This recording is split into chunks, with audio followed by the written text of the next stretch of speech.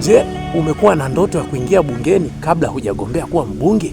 Kati ya vitu milioni 100 ulivyowahi kuvisikia hadi leo, si ajabu hili litakushangaza. Kijana mdogo aliyebahatika kuwa rais wa chuo cha TIA mkoani Mtwara ameandaa safari ya kitaaluma ambayo itawapeleka wanachuo wote na vijana wote, watanashati na mabinti warembo katikati ya nchi ya Tanzania. Nasema Dodoma. Wanachuo wote, vijana wote walioko kusini mwa Tanzania mnakaribishwa kushiriki safari hii ya kujifunza kutoka kusini mwa Tanzania hadi katikati ya Tanzania jijini Dodoma, kutembelea hifadhi ya Mikumi, kusafiri, kulala, maradhi, kila kitu, tarehe 17 Machi mwaka huu 2026.